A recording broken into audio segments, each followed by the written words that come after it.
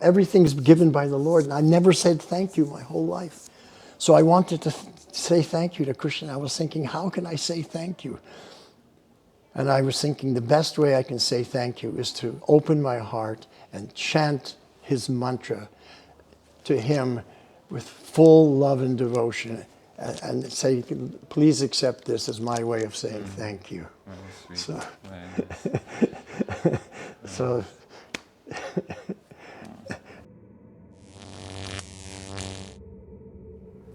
Jai Gurudev, everybody. So today I have the big honor to be here with Vaisakhidasa. He's a legend in the Kirtan movement, and yeah, we are here in the Just Love Festival in Germany, and so I took this opportunity, and he was kind enough to agree to do an interview about his life, his spiritual path.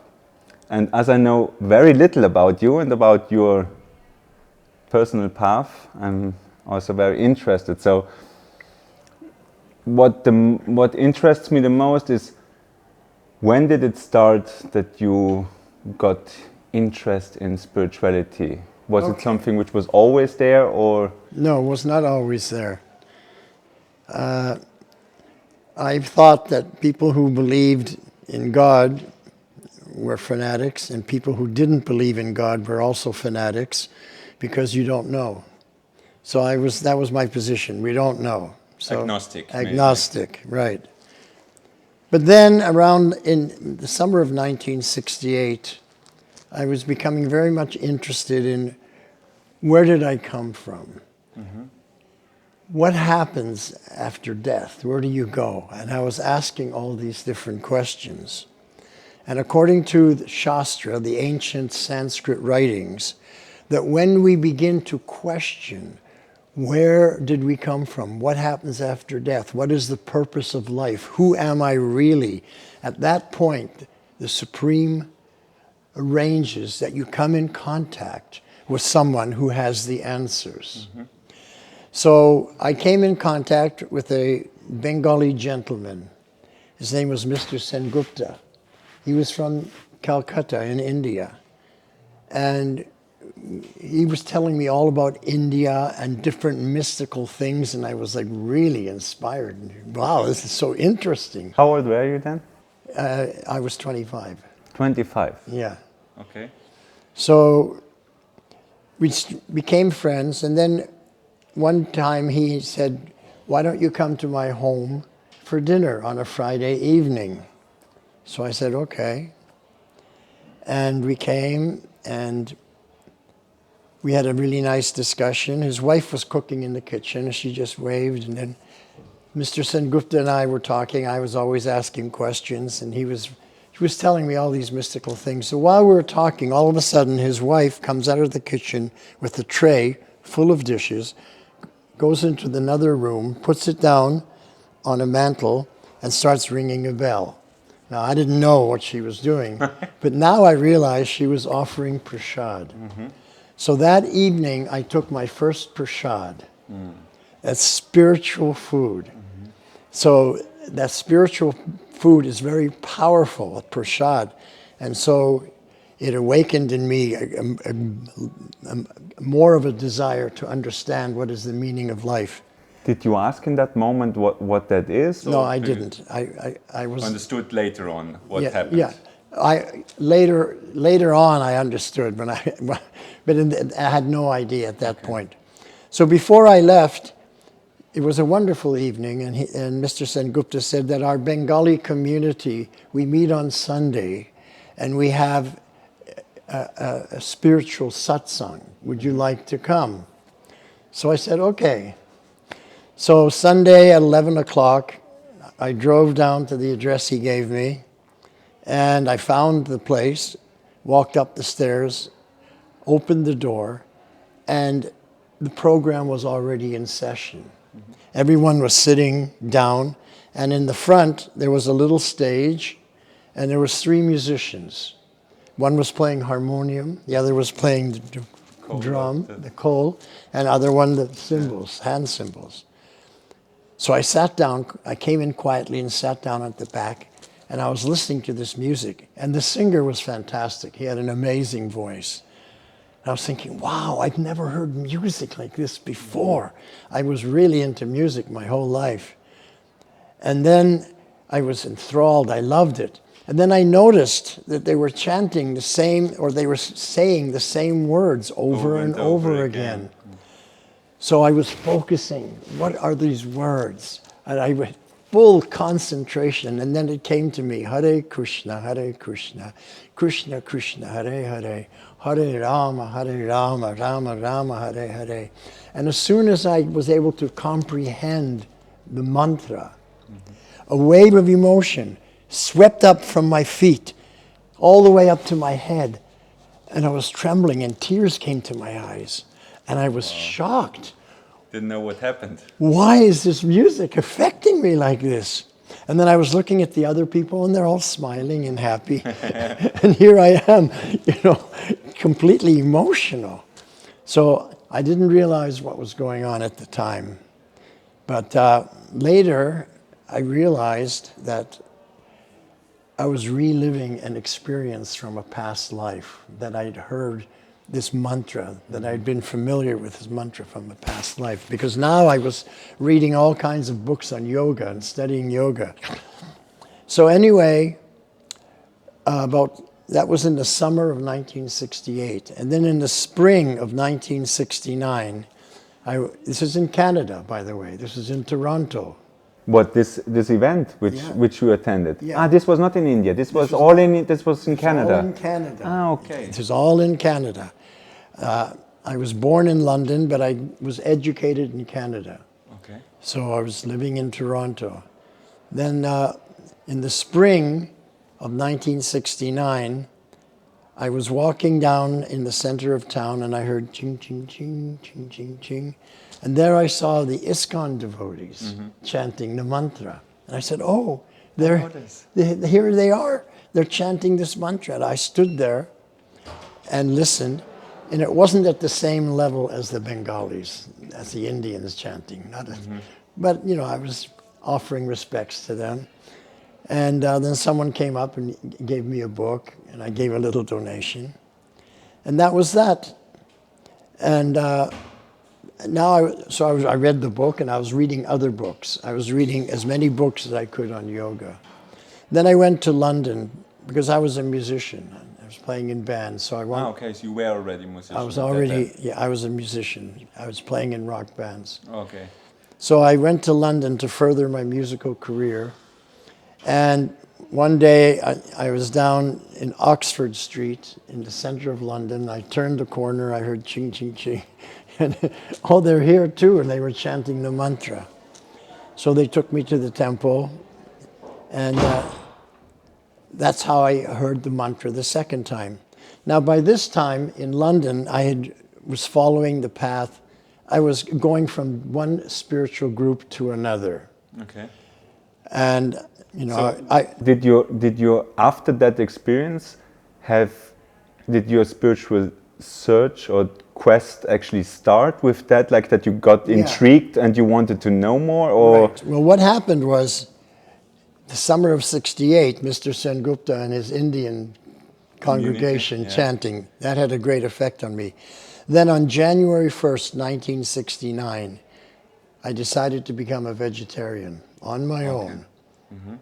That had inspired me that much, and I was reading books on yoga. I didn't have any idea of guru yet. Okay. So I became vegetarian, so that was another step. And then I came across the ISKCON devotees chanting.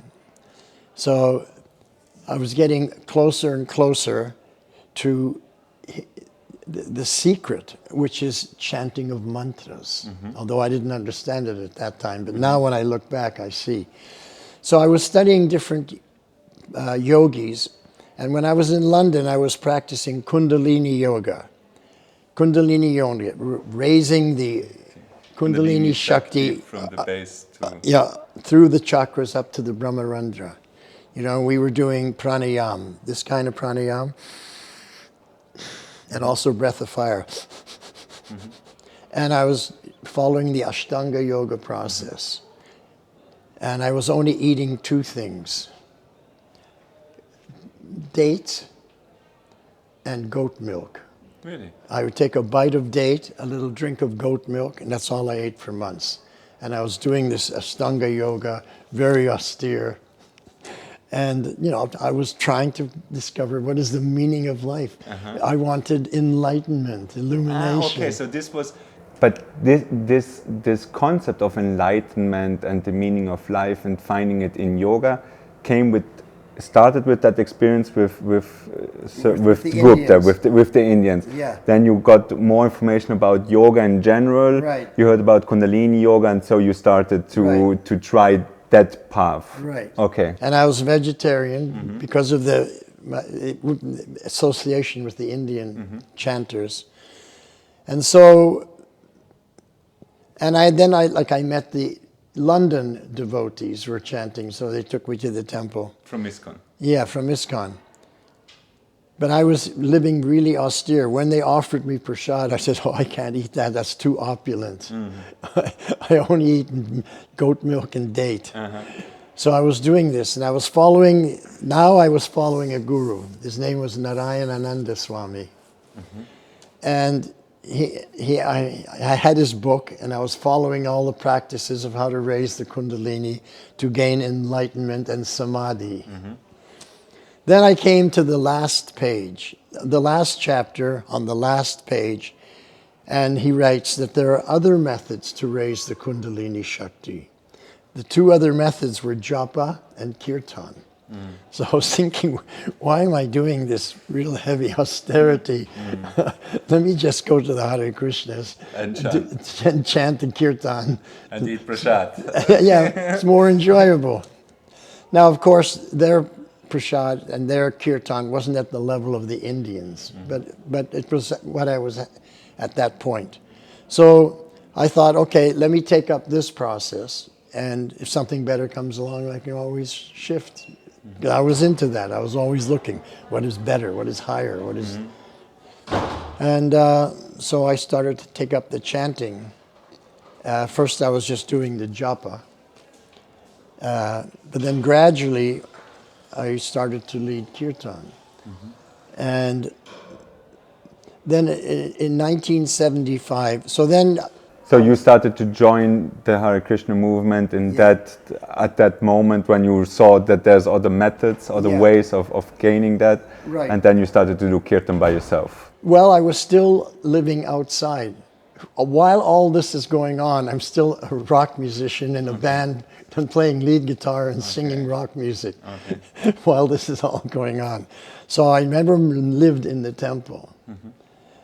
But then in 1974, so in 1973, I met my spiritual master. I didn't take initiation, but I met him. Srila Prabhupada? Yes, Srila Prabhupada. And 1974, I went back to Canada, and I joined another group. And I was a professional musician. This is how I survived. And then I started going through the Toronto temple. Now, the temple president in Toronto, he had previously been a rock musician also. Okay. So he knew how to talk to me and preach in such a way that I would give it up and join the movement and take up spiritual life 100%. So he did do that. So then I moved into the temple. But I only stayed for 6 months, and then I decided, let me go to Los Angeles, because when winter comes in Canada, it's too cold, much too cold. It's austere. Very austere. So I went to Los Angeles, and there I experienced people who did really super good kirtan, and my spiritual master was there. So at that time, I took initiation.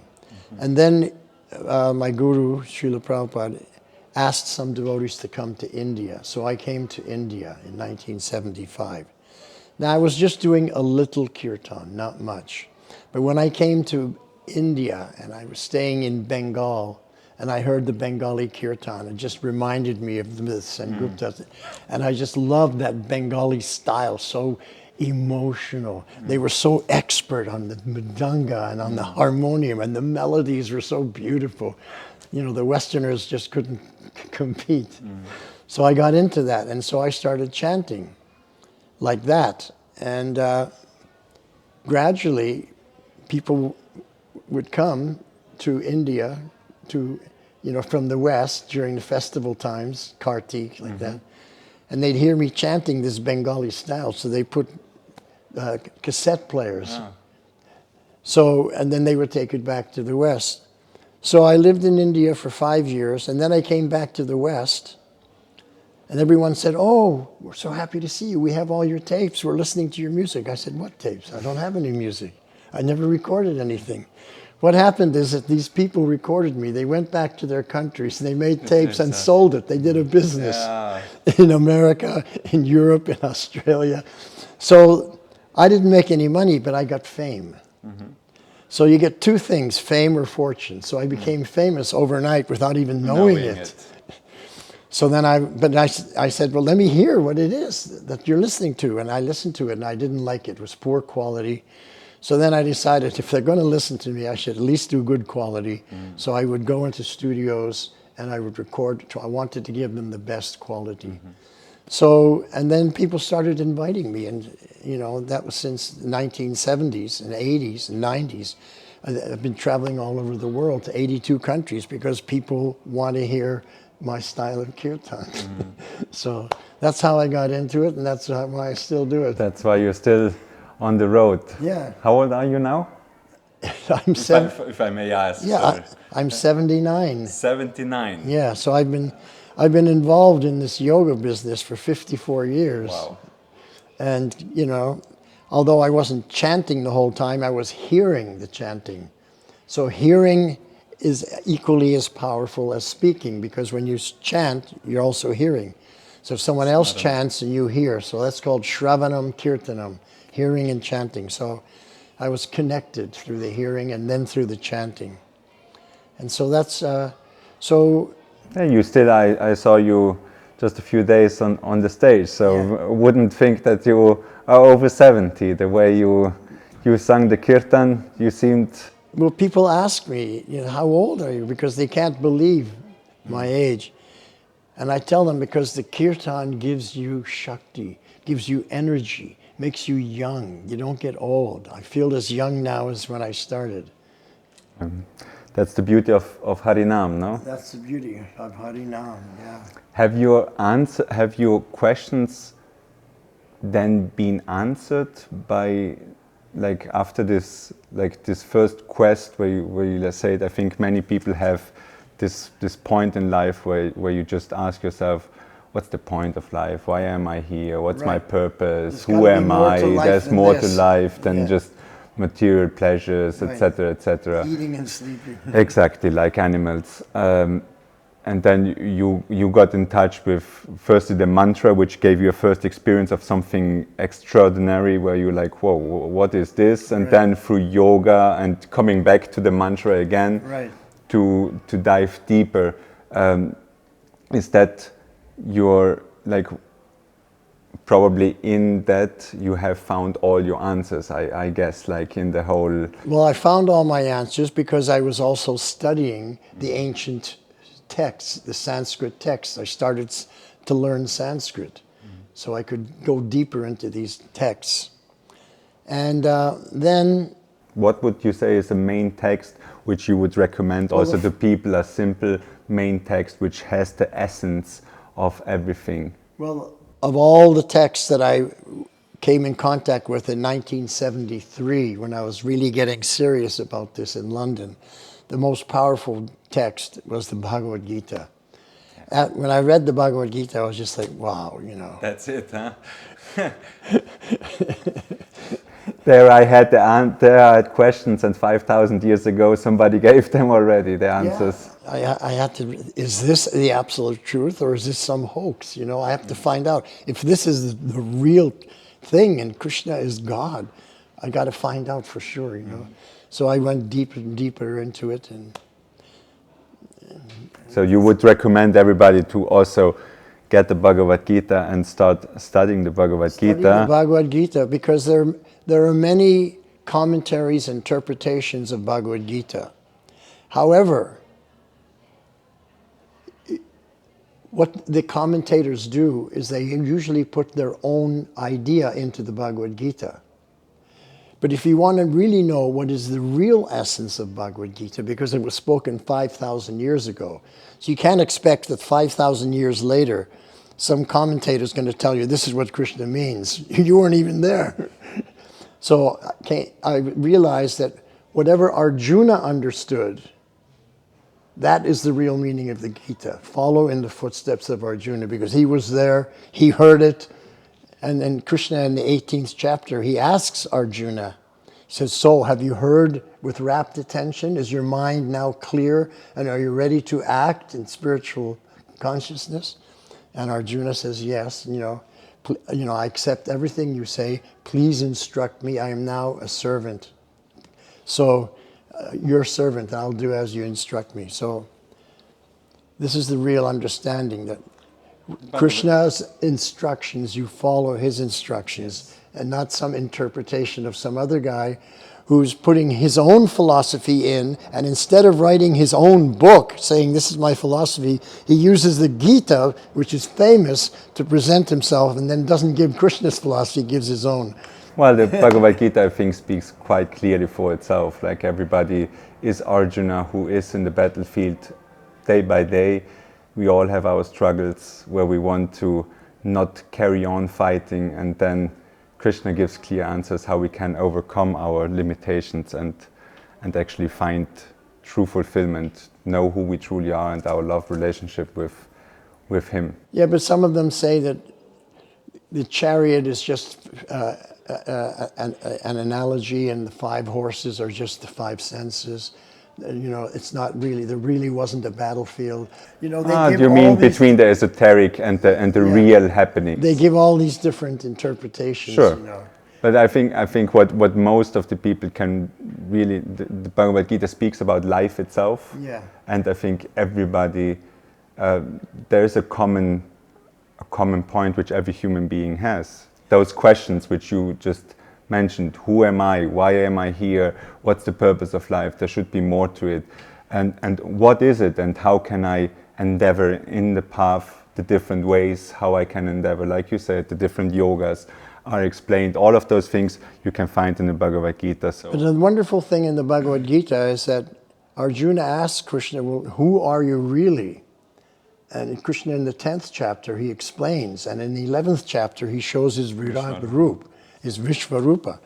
So that he's, I am the Supreme Lord, But many of these commentators say that, that the Supreme is actually, we're all one, you just merge, and it's not really Krishna.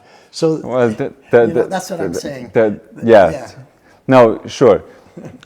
I think, but like you said, for somebody who just starts on questioning life itself, I think these are then more philosophical questions where you go deeper and deeper. Right. That God is not just some formless void, but He is actually the fullness of all attributes, the form, Krishna Himself, and by worshipping Him, by focusing our mind on His sweet leelas, on His sweet form, we get purified and therefore realize more and more. Right. So we need to hear the commentaries of the devotees of Krishna, not people who are not devotees of Krishna, who are like scholars, for example.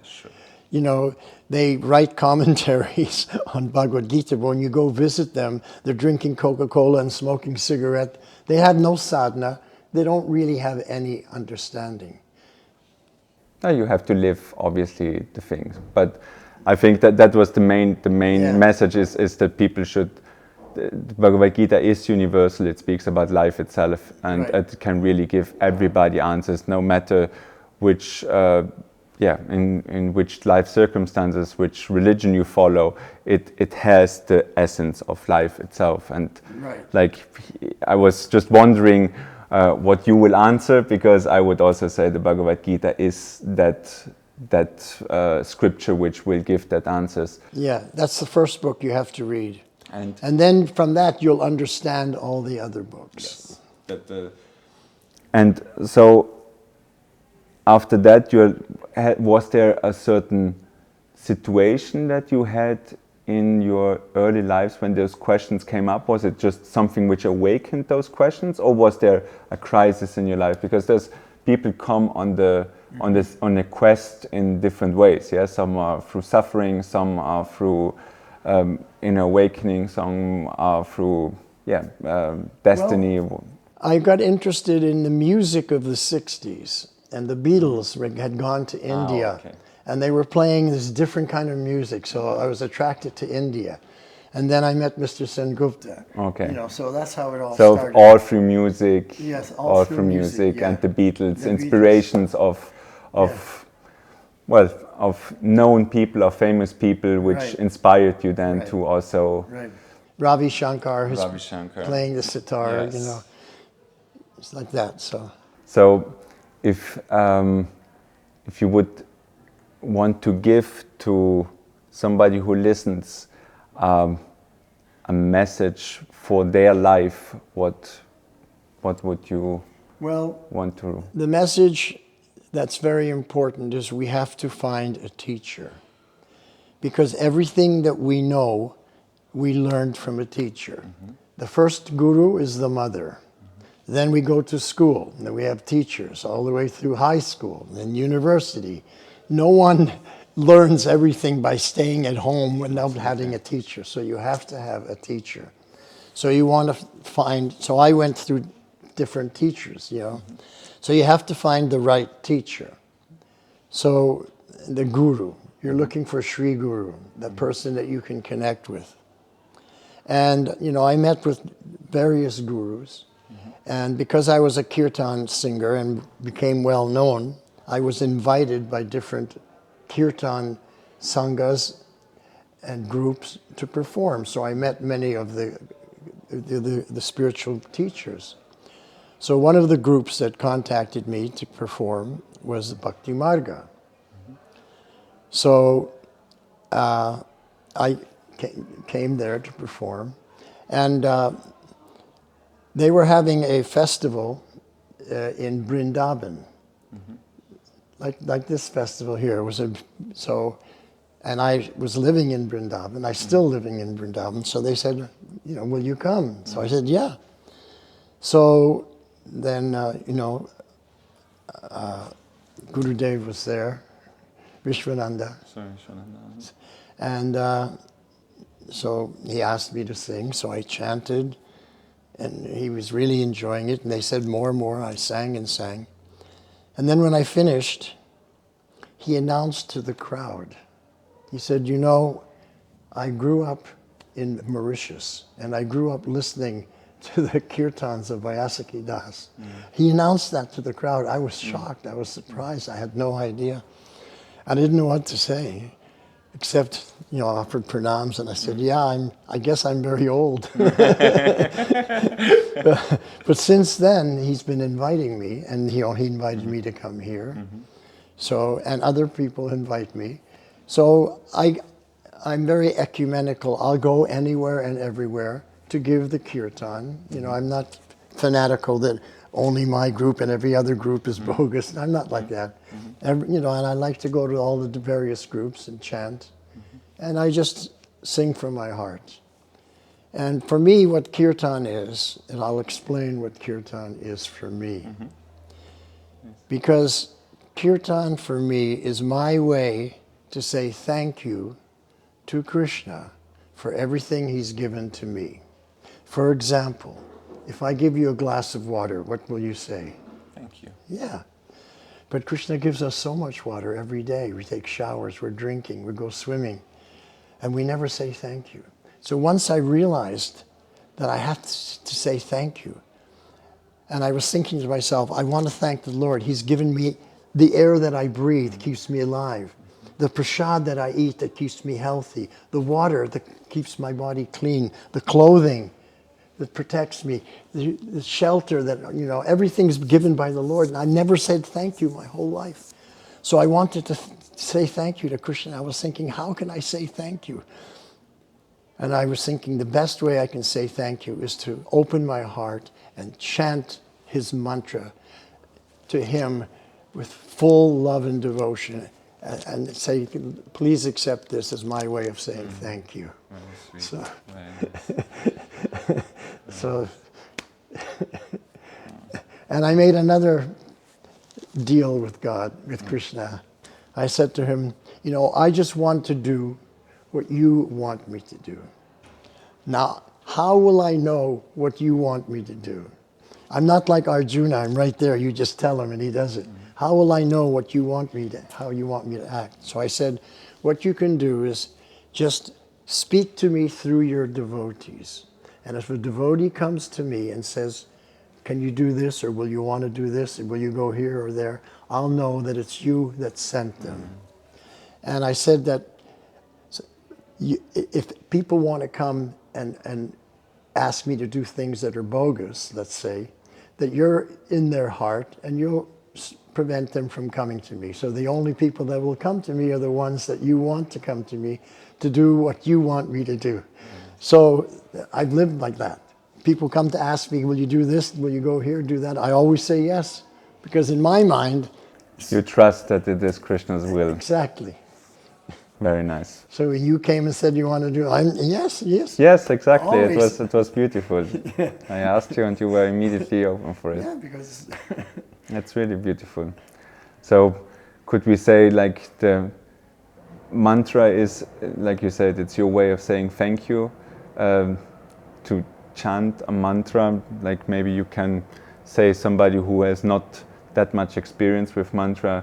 So the meaning of the mantra, man means the mind and tra means to deliver or to free. So the mantra can free our mind, free it from material consciousness and bring it to spiritual consciousness. So this is the power of the mantra. Now how can it do that? Because the mantra is not from this world, it's from the spiritual world. And in Sanskrit that's called Apurusheya, not spoken by man. It has descended from the spiritual realm and it is purely Sat Chit Ananda. It's eternal, full of knowledge, full of bliss. And it's the sound incarnation of the Supreme Lord. So when we chant that mantra, we're in direct contact with the Supreme. So we become purified. So simply by chanting the mantra, you're in contact with the Lord, you know. And you want to have the right mentality. Now, in the beginning, we never have the right mentality because we have lust, anger, greed, and purified. Yeah, like that. But try to do it to please the Lord as an act of love, not for my own benefit, but for His benefit, to please Him. Now, the Supreme Lord is the supreme lover, and we're His beloved. We've forgotten that. We've forgotten that we have a loving relationship with the supreme lover. And we're trying to find that in other people, you know. So, but as Guruji always says, it always comes to an end. You know, the people that say, I love you 10 years ago, where are they now? Exactly. Yeah. That unlimited love we are will never be satisfied with a limited... Right. Because love is eternal. And everyone knows that when they first have that loving experience as a young person, and they get a card, and it's someone's birthday, and they write, happy birthday, I love you forever. Everyone says that because they know deep down that love is forever. Nobody ever says, I love you for 10 years. It's always for forever. So then I realized that love is a spiritual thing, because the only thing that's eternal is spiritual. Nothing material is eternal. So that love is a spiritual thing, and we can spiritualize our love and purify our love by connecting to the supreme lover, the supreme, beautiful, truthful, eternal love. And then we become purified. So in our life, we look around, we're living in the world, each one of us doesn't have much an effect on the world. We're kind of insignificant. But when we connect to the Supreme Lord, who's the supreme significant, then the insignificant also becomes significant by that connection to the Supreme. So that's what we want to do. We want to enter into a loving relationship with the Lord and connect to Him. And there's a secret how to do it, and Krishna says so in the Bhagavad Gita. He gives His philosophy of life. Ye yatamam prapadyante tam stataiva bhajam yaham. As you approach me, I reciprocate accordingly. Aha. So he will reciprocate. So therefore, we want to chant with devotion to connect with him, as like I say, as a way to say thank you. But to let him know that I really appreciate and I'm full of gratitude for everything he's done for me in my life. So this is the secret of We success. make one step towards him, he makes many steps towards us. Right. He says accordingly. So we think 1 to 1, but with him it can be 1,000 to 1. Exactly. Yeah. So he'll, and so the sound incarnation of the Lord is the mantra, because everything from the spiritual world is on the absolute platform. So it's fully spiritual, Sat Chit Ananda. So we chant this mantra to invoke the relationship that we have. And I have to take the first step. And I always teach people how to pray. There's a right way to do everything. There's a right way to chant and a wrong way to chant. There's a right way to pray and a wrong way to pray. The wrong way to pray is to think that the God is the order supplier. I make the order and he supplies. The right way is, my dear Lord, I'm in great difficulty. I need help in this such a situation. But before you help me, I want to do something for you first. And I want to do this for you. So now you took the first step and you're hoping he'll reciprocate according to your prayer. So basically make your effort, trust in God, yeah, chant his name. yeah. And then the final thing is, some people think, well, how do we, like in the beginning, how do we know God exists? And many people are atheists or agnostic because they don't have any idea. Mm-hmm. So how is it that we are so convinced? Some people want to know, why are you so convinced? And the answer is because it's experiential. You have to see the hand of the Lord in your life, moment to moment to moment. And you engage in a reciprocation. So because we're engaged in reciprocation, like I'll give you an example. I flew one time to Los Angeles, and I had no idea what my programs were going to be. But as soon as I arrived, different people started calling me and arranging this and arranging that, sending me tickets. And after about a month, I realized, oh my God, I didn't make any of these arrangements.